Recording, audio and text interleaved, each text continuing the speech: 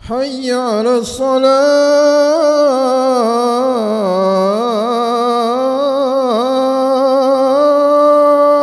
الصلاة حي على الصلاة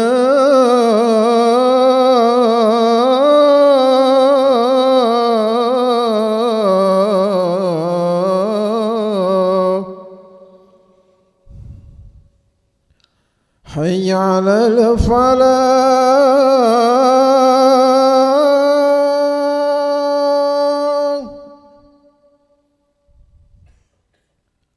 حي على الفلاح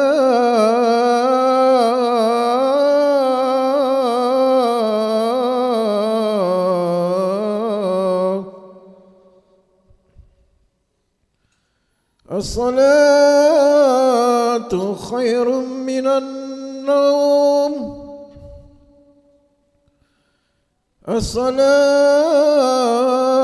الصلاة خير من النوم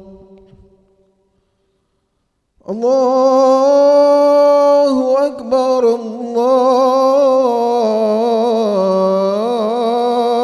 الله أكبر لا إله إلا الله.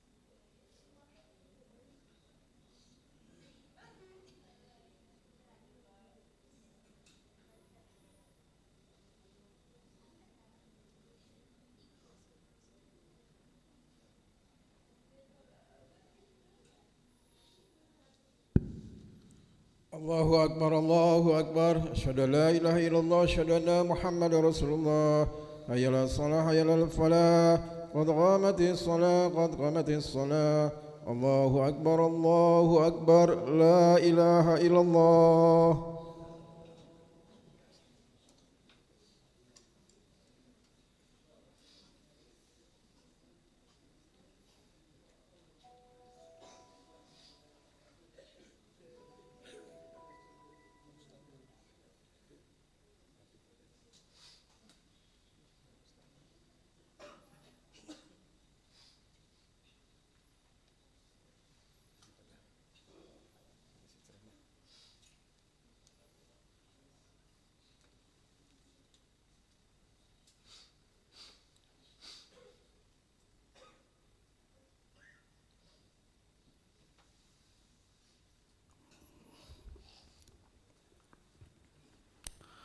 لا إله إلا الله محمد رسول الله صلى الله عليه وسلم. استقيموا واعتدلوا استووا صفوفكم فإن تسبية الصفوف من تمام الصلاة.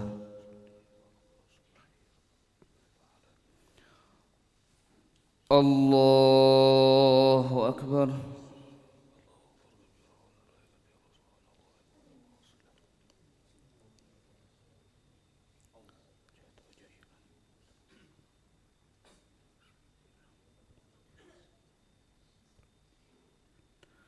بسم الله الرحمن الرحيم. الحمد لله رب العالمين الرحمن الرحيم مالك يوم الدين إياك نعبد وإياك نستعين اهدنا الصراط المستقيم صراط الذين أنعمت عليهم غير المغضوب عليهم ولا الضالين.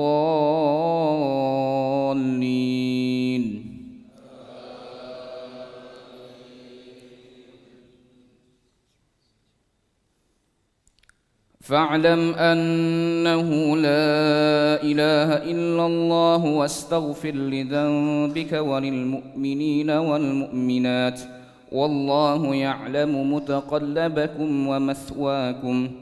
ويقول الذين آمنوا لولا نزلت سورة فإذا أنزلت سورة محكمة وذكر فيها القتال رأيت الذين في قلوبهم مرض ينظرون إليك نظر المغشي عليه من الموت فأولى لهم طاعة وقول معروف. فإذا عزم الأمر فلو صدقوا الله لكان خيرا لهم. فهل عسيتم إن توليتم أن تفسدوا في الأرض وتقطعوا أرحامكم أولئك الذين لعنهم الله فأصمهم وأعمى أبصارهم أفلا يتدبرون القرآن أم على قلوب أقفالها إن الذين ارتدوا على أدبارهم من بعد ما تبين لهم الهدى الشيطان سول لهم وأملى لهم ذلك بأنهم قالوا للذين كرهوا ما نزل الله سنطيعكم في بعض الأمر والله يعلم إسرارهم فكيف إذا توفتهم الملائكة يضربون وجوههم وأدبارهم ذلك بأنهم اتبعوا ما أسخط الله وكرهوا رضوانه فأحبط أعمالهم. أم حسب الذين في قلوبهم مرض أن لن يخرج الله أدغانهم. الله أكبر.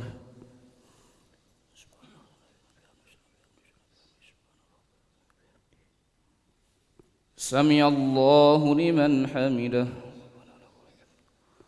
الله أكبر.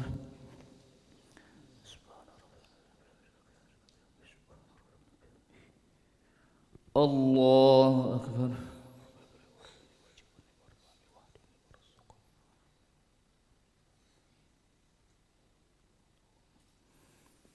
الله أكبر.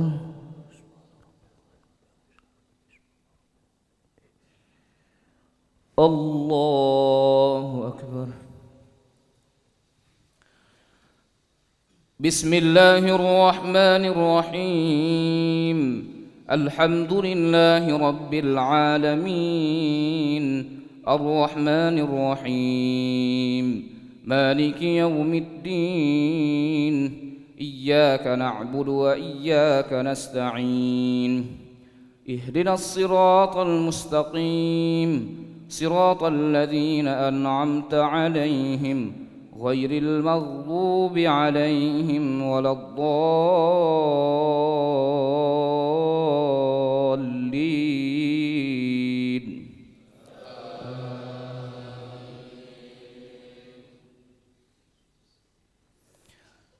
ولو نشاء لأريناكهم فلعرفتهم بسيماهم ولتعرفنهم في لحن القول والله يعمل أعمالكم ولنبلونكم حتى نعلم المجاهدين منكم والصابرين ونبلو أخباركم إن الذين كفروا وصدوا عن سبيل الله وشاقوا الرسول من بعد ما تبين لهم الهدى لن يضروا الله شيئا وسيحبط أعمالهم.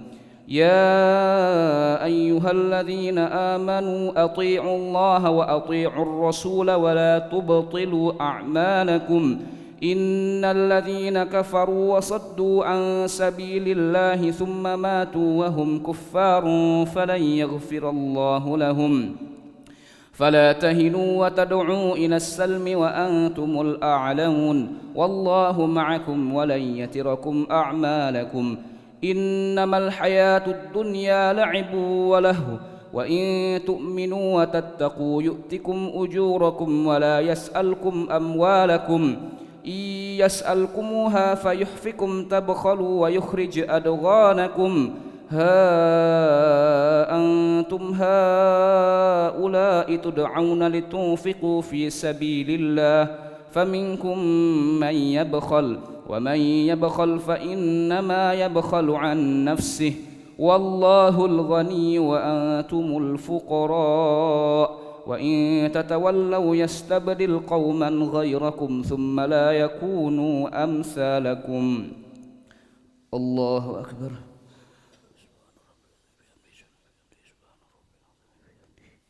سمع الله لمن حمده. اللهم اهدنا فيمن هديت وعافنا فيمن عافيت وتولنا فيمن توليت وبارك لنا برحمتك شر ما قضيت.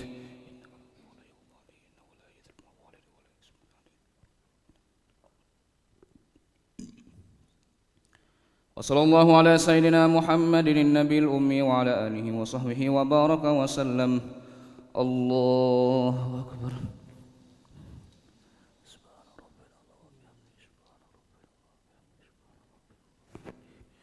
الله أكبر.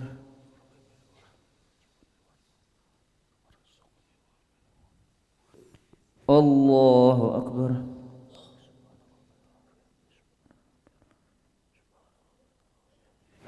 الله أكبر.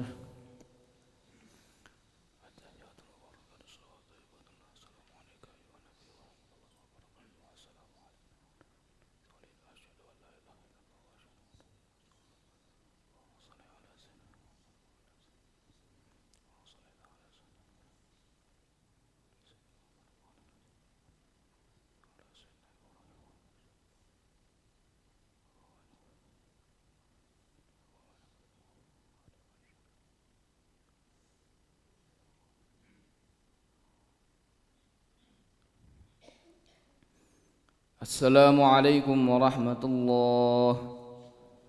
السلام عليكم ورحمة الله. أشهد أن لا إله إلا الله نستغفر الله نسألك الجنة ونعوذ بك من النار.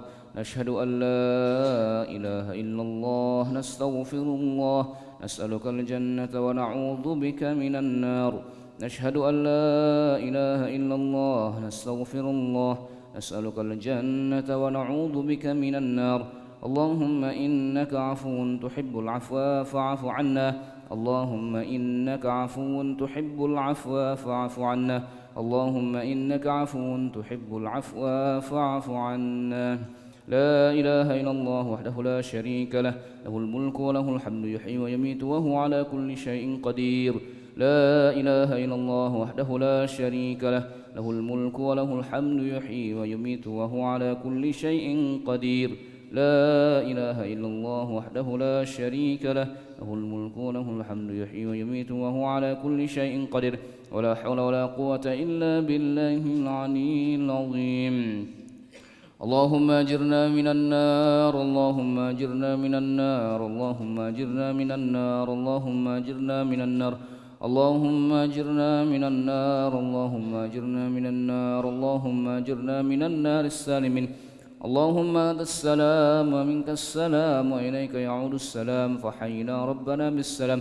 وأدخلنا الجنة دار السلام تبارك ربنا وتعاليت يا ذا الجلال والإكرام إلهنا يا ربنا يا معبود سبحان الله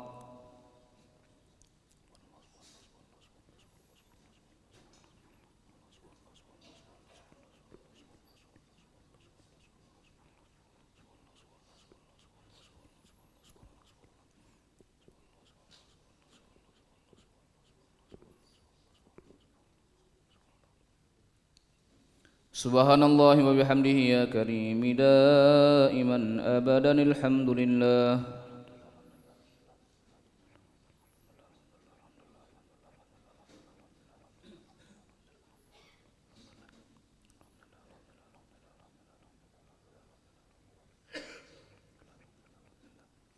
الحمد لله رب العالمين على كل حال وفي كل حال وبنعمه الله أكبر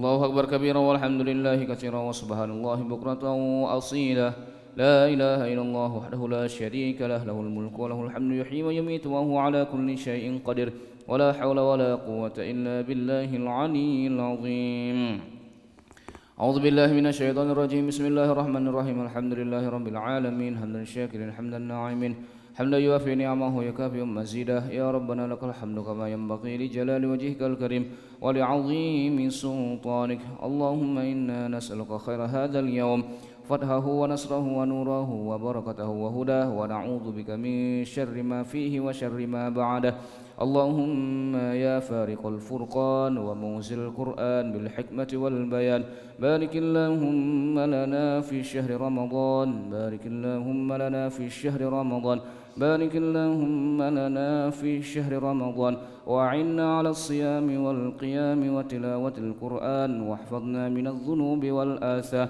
ربنا ظلمنا أنفسنا وإن لم تغفر لنا وترحمنا لنكونن من الخاسرين ربنا أتمم لنا نورنا واغفر لنا إنك على كل شيء قدير ربنا آتنا في الدنيا حسنة وفي الآخرة حسنة وقنا عذاب النار وصلى الله على سيدنا محمد النبي الأمي وعلى آله وصحبه وبارك وسلم سبحان ربك رب العزة عما يصفون وسلام على المرسلين والحمد لله رب العالمين تقبل الله منكم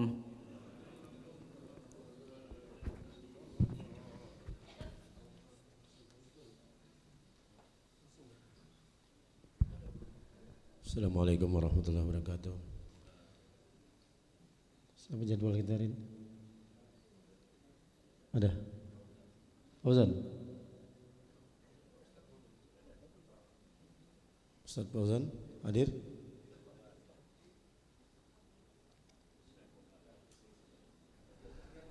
Siapa? Ustaz Bapak Ridi isi padahal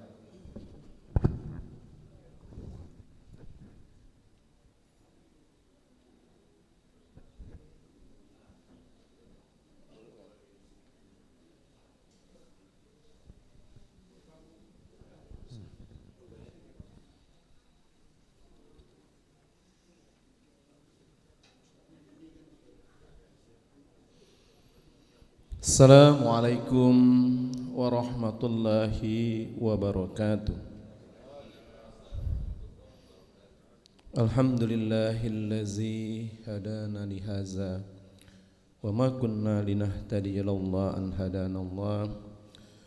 Asyhadu an la ilaha illallah wahdahu la syarika lah wa asyhadu anna Muhammadan abduhu wa rasuluh.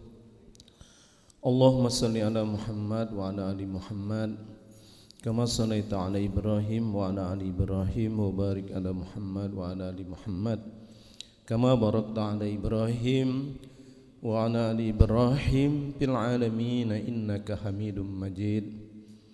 Faqala Allah ta'ala ya ayyuhallazina amanu taqullaha wal tanzur nafsum ma qaddamat lighad wattaqullaha innallaha khabirum bima ta'malun. Hadirin sidang jemaah salat subuh Masjid Baitur Rahman yang insyaallah dimuliakan Allah Subhanahu wa taala. Alhamdulillah, syukur pada pagi ini kita masih diberi kesempatan oleh Allah Subhanahu wa taala untuk melaksanakan ibadah sebagai tanda pengabdian kita, ketundukan kita kehadiran Allah Subhanahu wa taala dengan mendatangi rumah-rumah Allah untuk bersujud merendahkan diri di hadapannya, Zat yang maha segala-galanya, Zat yang maha mengatur hidup dan kehidupan kita. Tidak ada yang luput dari pengawasan Allah, tidak ada yang luput dari pengurusan Allah Subhanahu wa taala. Sebagai seorang hamba, tugas kita hanyalah disuruh untuk mengabdikan diri kepadanya dengan sepenuh hati, dengan sepenuh energi, kekuatan yang telah Allah berikan kepada kita. Hadirin sidang jemaah salat subuh yang berbahagia, mohon maaf saya didaulat ini untuk menjadi ustadz pengganti, walaupun sebenarnya saya ini bukan ustadz. Kebetulan kami ini satu kolega dengan Pak Najib, sama-sama dengan Pak Momon, sama-sama dosen di Fakultas Pertanian Universitas Sriwijaya. Tentu gaya ceramah saya bukan seperti gaya ustadz pesantren Bapak Ibu sekalian. Jadi kita berbicara yang umum-umum sajalah, yang biasa-biasa saja yang diperintahkan oleh Allah Subhanahu wa taala. Maka tema pagi ini yang saya coba angkat adalah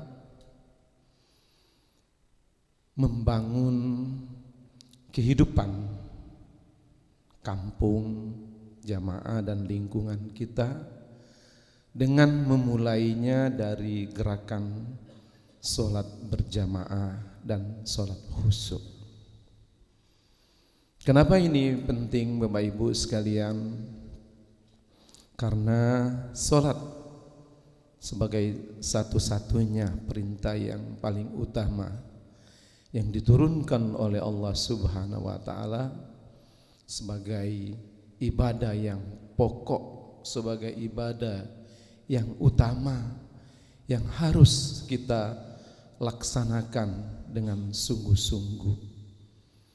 Kenapa pembangunan atau perubahan mental itu harus dimulai dari sholat? Karena paling tidak ada 4 hal penting yang ada di dalam sholat itu. Yang pertama, sholat merupakan tiang agama. Jadi siapa yang tidak melaksanakan sholat pada hakikatnya dia adalah merobohkan agama. As-sholatu imaduddin. Jadi Bapak Ibu sekalian sudah bisa dipastikan dalam lingkungan kita, dalam kehidupan kita, dalam kondisi apapun, jika kita lihat orang yang jarang sholat, biasanya mudah baginya untuk melakukan maksiat, mudah baginya untuk melakukan kejahatan. Sehingga banyak orang yang berKTP Islam tapi justru menjatuhkan harkat dan martabat Islam itu dengan tingkah laku dan perbuatannya yang tidak Islami. Jadi kita pastikan orang yang rajin sholat bolak-balik ke masjid, insya Allah biasanya dijauhkan oleh Allah Subhanahu wa ta'ala dari hal-hal yang dapat merontokkan dan menjatuhkan martabat agama yang kita junjung tinggi dan kita muliakan ini. Maka penting bagi kita untuk memahami bahwa sholat adalah pokok yang paling penting, karena kalau kita mendirikan sholat, insya Allah kita menegakkan sendi-sendi agama Islam itu. Kita mulai dari belajar berserah diri kepada Allah Subhanahu wa ta'ala dengan sepenuh hati. Kita mulai dengan bertawakal kepada Allah Subhanahu wa ta'ala, menyerahkan segala urusan dan persoalan kita kepada Allah Subhanahu wa ta'ala. Lalu yang kedua, kenapa sholat itu penting saudara-saudaraku sekalian? Karena amal yang pertama kali dihisab oleh Allah Subhanahu wa ta'ala itu adalah sholat. Jadi kalau sholatnya bagus, insya Allah bagus semua amalan yang lainnya. Tetapi kalau sholatnya jelek, sholatnya tidak bagus, maka buruk semua amalan yang lainnya. Jadi bisa kita pastikan bahwa sholat ini sebagai indikator, sebagai ukuran bahwa kalau sholat kita sudah baik, sudah benar, insya Allah amaliyah kita yang lainnya juga benar. Baik sholat kita, insya Allah baik ibadah puasa kita. Baik sholat kita, insya Allah baik semua akhlak dan perilaku kita. Kita dengan sholat diajarkan untuk menjadi orang yang jujur, untuk menjadi orang yang bertanggung jawab, untuk menjadi orang yang berkomitmen. Sehingga saudara-saudara sekalian, sholat itu ukuran. Kita bisa evaluasi diri kita masing-masing, sudah sejauh mana sholat itu kita lakukan secara benar, secara baik.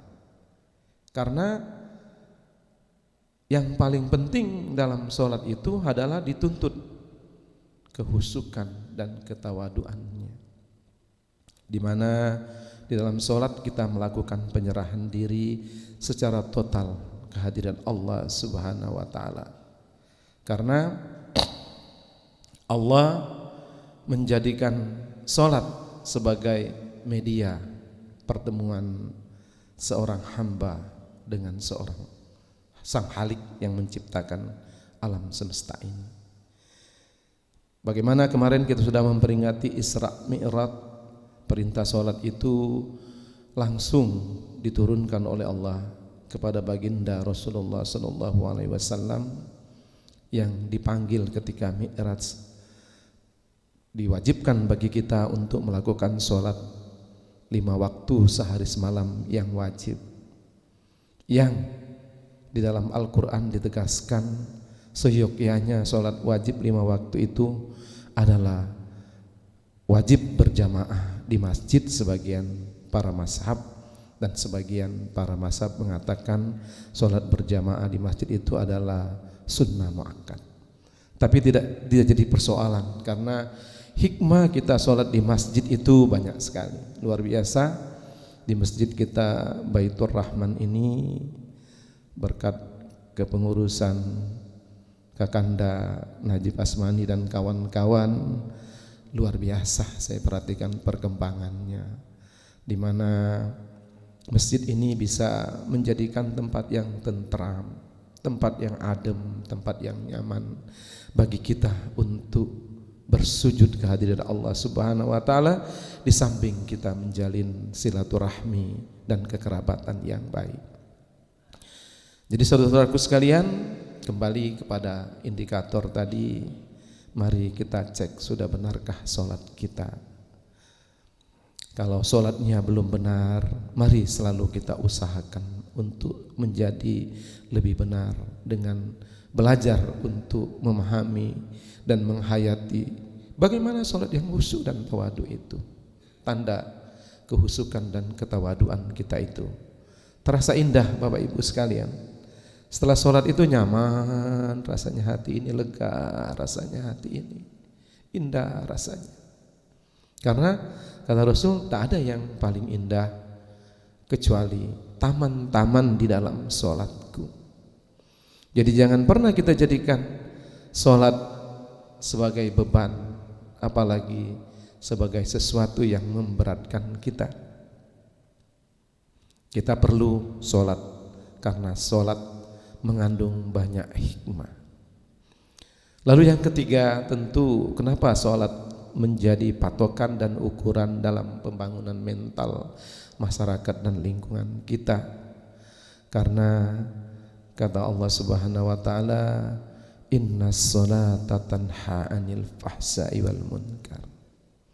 Salat itu kalaulah kita lakukan dengan baik, pasti salat itu mampu mencegah kita dari perbuatan keji dan perbuatan munkar. Kenapa akhir zaman ini masjid ramai, orang banyak sholat, orang banyak puasa, orang banyak haji, tetapi tidak tercegah dirinya dari perbuatan keji dan perbuatan munkar. Yang korupsi itu Bapak Ibu sekalian orang Islam sholat semua. Yang lakukan manipulasi itu juga orang Islam, dia juga sholat. Yang melakukan kecurangan dan segala macam kemaksiatan itu umumnya orang-orang Islam yang kadang dia juga sholat, tapi sholatnya itu tidak pernah mampu mencegahnya dari perbuatan keji dan perbuatan munkar. Tentu saudara-saudaraku sekalian, ada yang salah dengan sholat. Kalaulah sholat hanya sebatas ritual dan rutinitas belaka, maka sholat tidaklah banyak bermanfaat dalam merubah akhlak dan perilaku seseorang.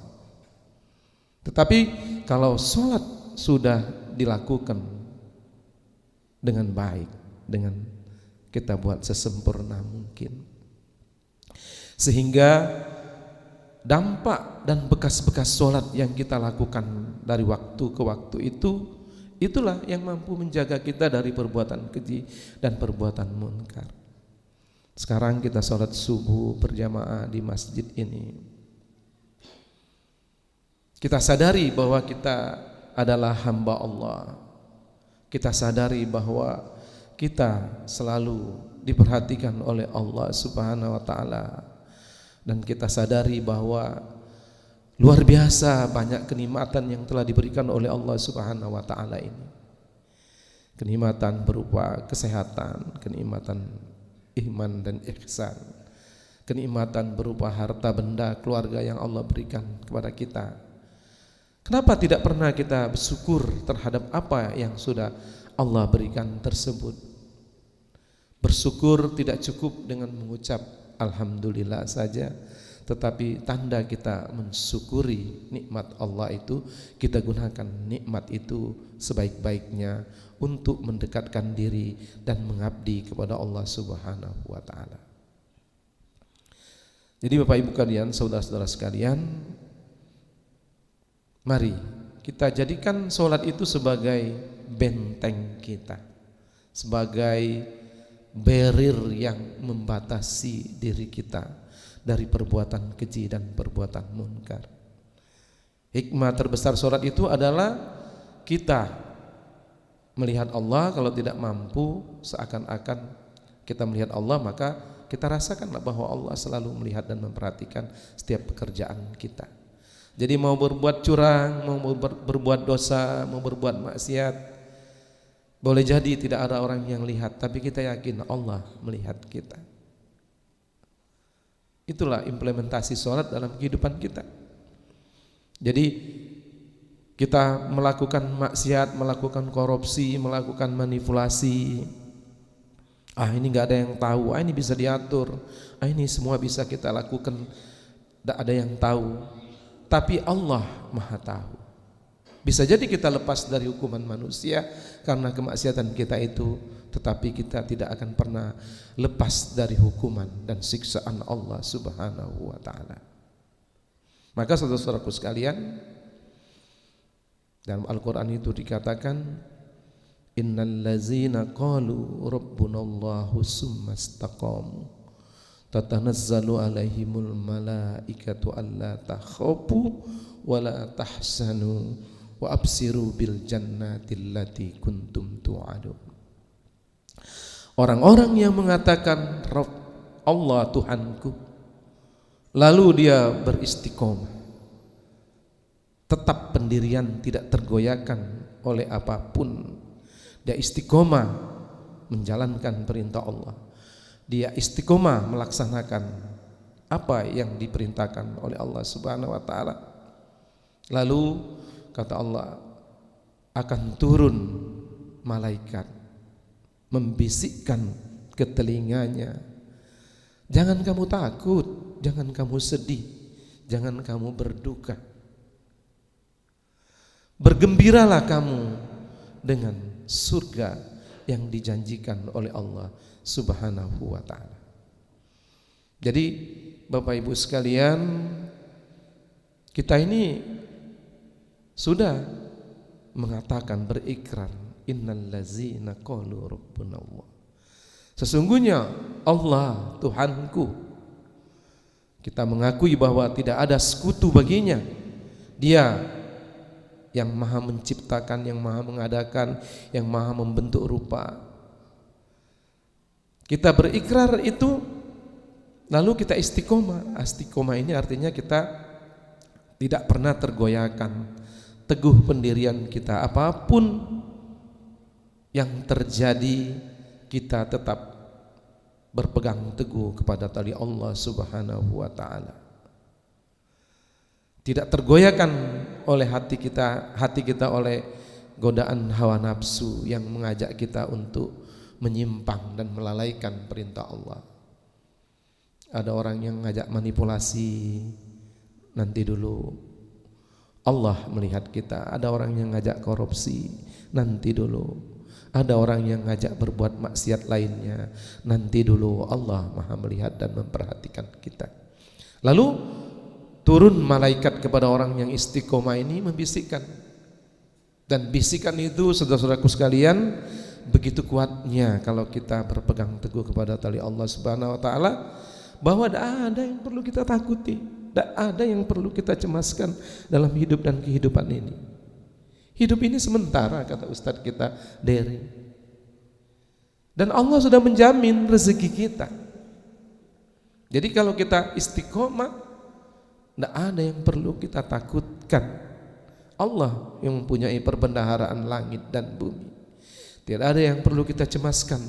Allah maha mengatur jalan terbaik bagi hidup dan kehidupan ini. Lalu malaikat itu membisikkan, bergembiralah kamu dengan surga yang dijanjikan oleh Allah. Bapak Ibu sekalian, orang sering menganggap surga itu nanti kalau sudah mati.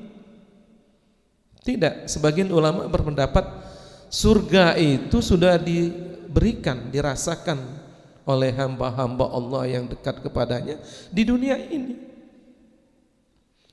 Maka Ibnu Athaillah mengatakan itu, orang yang tidak pernah merasakan kenikmatan surga di dunia ini tidak akan pernah merasakan kenikmatan surga di akhirat nanti.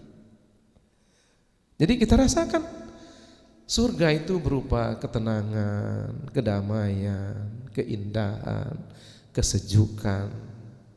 Segala sesuatu yang kita rasakan indah, nikmat, bahagia, tenang, damai, itulah surga sebenarnya. Sudahkah pernah kita merasakan dalam hidup dan kehidupan ini keadaan yang membuat kita ekstase, membuat kita kayak orang yang sakau itu kan, dunia ini rasanya milik dia sendiri ya. Tapi itu bohong ya kalau dia menggunakan obat-obat terlarang itu. Tetapi orang yang sakau dalam agama itu orang-orang yang dalam setiap langkah, dalam setiap denyut kehidupannya, dalam setiap tarikan napasnya, yang dirasakan itu indah, nikmat, bahagia. Tidak ada yang bisa membuatnya berduka, tidak ada yang bisa membuatnya sedih, tidak ada yang membuatnya galau. Dia serahkan semua urusannya kepada Allah. Allah punya cara yang terbaik untuk mengatur hidup dan kehidupan kita ini. Yang kita hanya mohonkan kepada Allah Subhanahu wa taala agar Allah berikan ketenangan, Allah beri jalan keluar, Allah beri solusi dari setiap persoalan kehidupan yang kita hadapi itu. Dan Allah maha luas karunia-Nya. Yakinlah kalau kita dekat dengan Allah, tidak ada masalah yang tidak ada penyelesaiannya. Kusut benang, tak ada yang tidak mampu menguraikannya kalau kita dibimbing oleh Allah Subhanahu wa taala. Semuanya mengalir indah dan penuh hikmah. Tetapi kalau kita jauh dari Allah, semua terasa sempit, semua terasa sumpek, semua membuat kita risau, semua membuat kita galau, hidup kita terasa kacau, hidup kita terasa tidak nyaman. Dari hari ke hari kegelisahan saja yang kita hadapi, itu tandanya hati kita jauh dari Allah Subhanahu wa taala. Perilaku kita jauh dari yang dituntunkan oleh Allah Subhanahu wa taala. Lidah kita, hati kita, jiwa kita jauh dari zikrullah, untuk selalu mengingat Allah.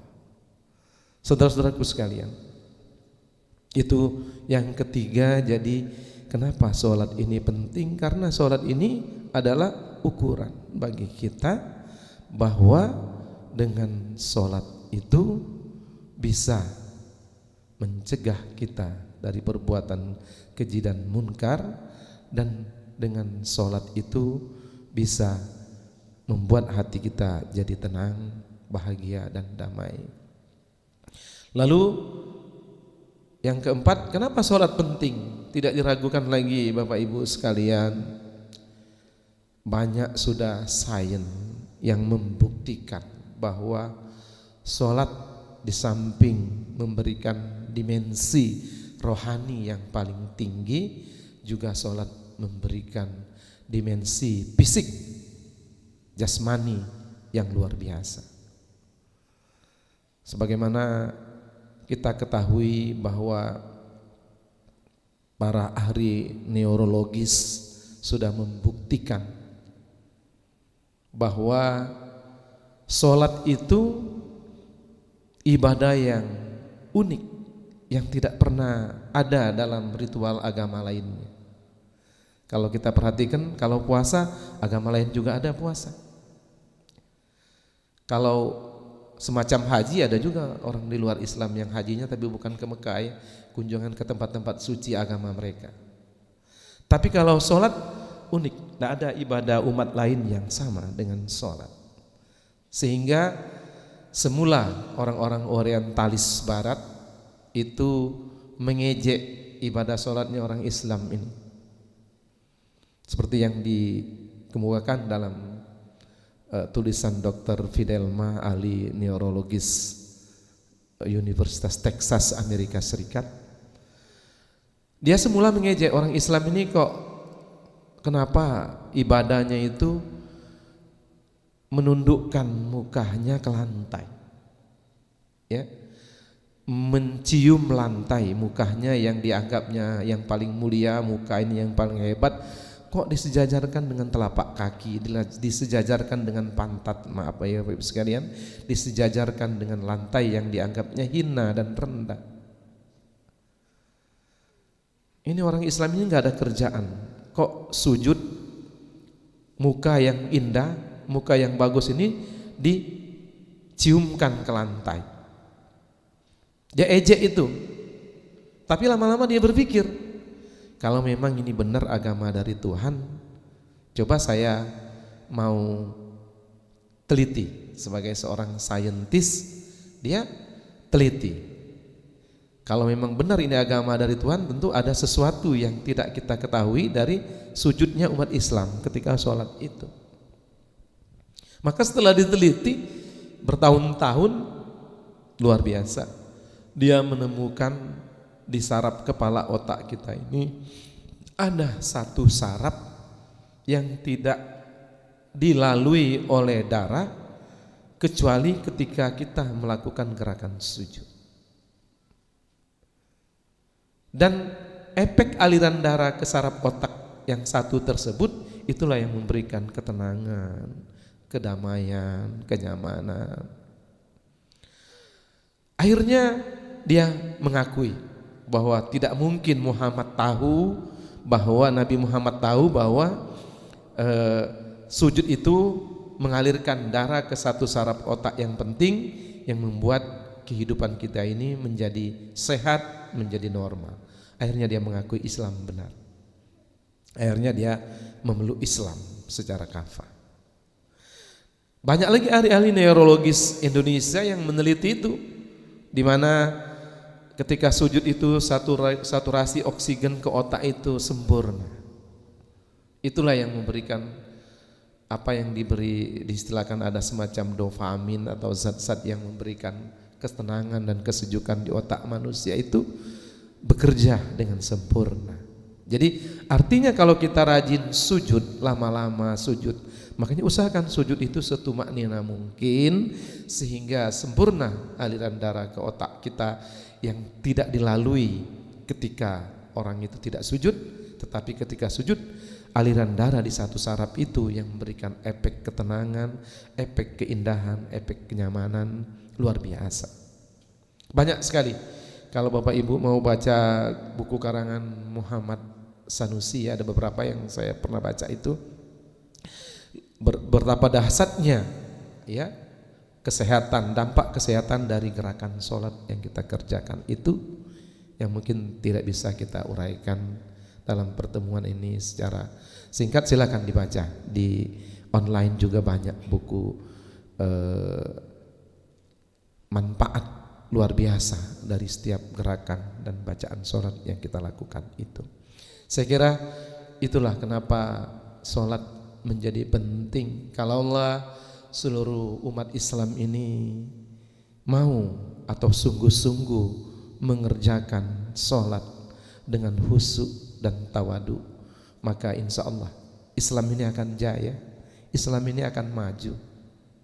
Tetapi manakala kata Rasulullah di akhir zaman sudah banyak orang yang mengabaikan sholat, orang melalaikan sholat, maka itulah tanda mulainya terjadi kemunduran bagi umat Islam. Jadi mari kita ciptakan lingkungan yang kondusif dengan gerakan yang sungguh-sungguh. Kita ajak para jamaah kita, para warga kita untuk ramai-ramai mendatangi sholat berjamaah di masjid-masjid kita penuhi, lalu di dalamnya kita berzikir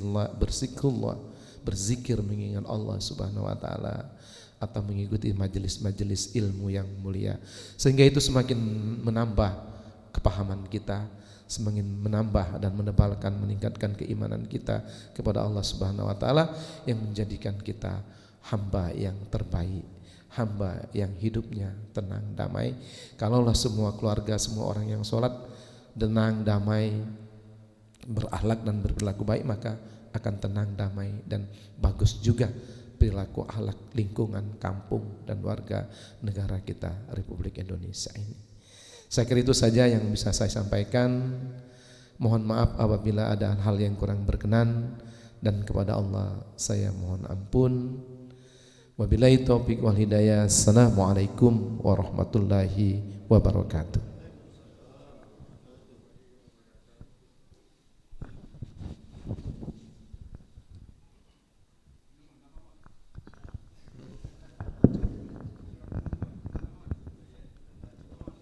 Besok lagi besok.